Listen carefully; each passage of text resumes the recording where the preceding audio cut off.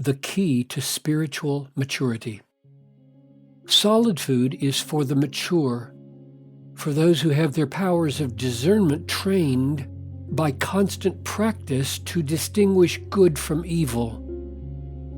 Hebrews 5:14. Now this is amazing. Don't miss it.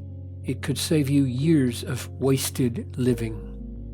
What this verse is saying is that if you want to become mature and understand and appreciate the more solid teachings of the Word, then the rich, nutritional, precious milk of God's gospel promises must transform your moral senses, your spiritual mind, so that you can discern between good and evil.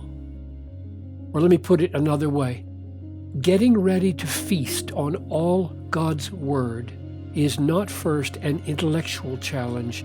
It is first a moral challenge. If you want to eat the solid food of the Word, you must exercise your spiritual senses so as to develop a mind that discerns between good and evil. This is a moral challenge, not just intellectual.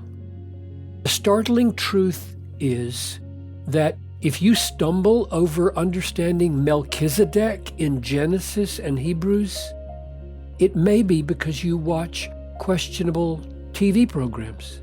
If you stumble over the doctrine of election, it may be because you still use some shady business practices. If you stumble over the God-centered work of Christ on the cross, it may be because you love money and spend too much and give too little.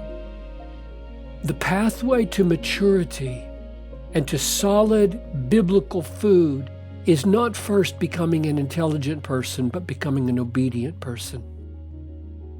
What you do with alcohol and sex and money and leisure and food and computers and the way you treat other people has more to do with your capacity for solid food than where you go to school or what books you read.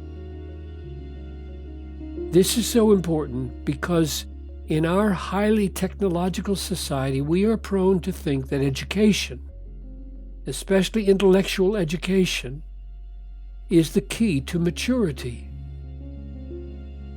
There are many PhDs who choke in their spiritual immaturity on the things of God.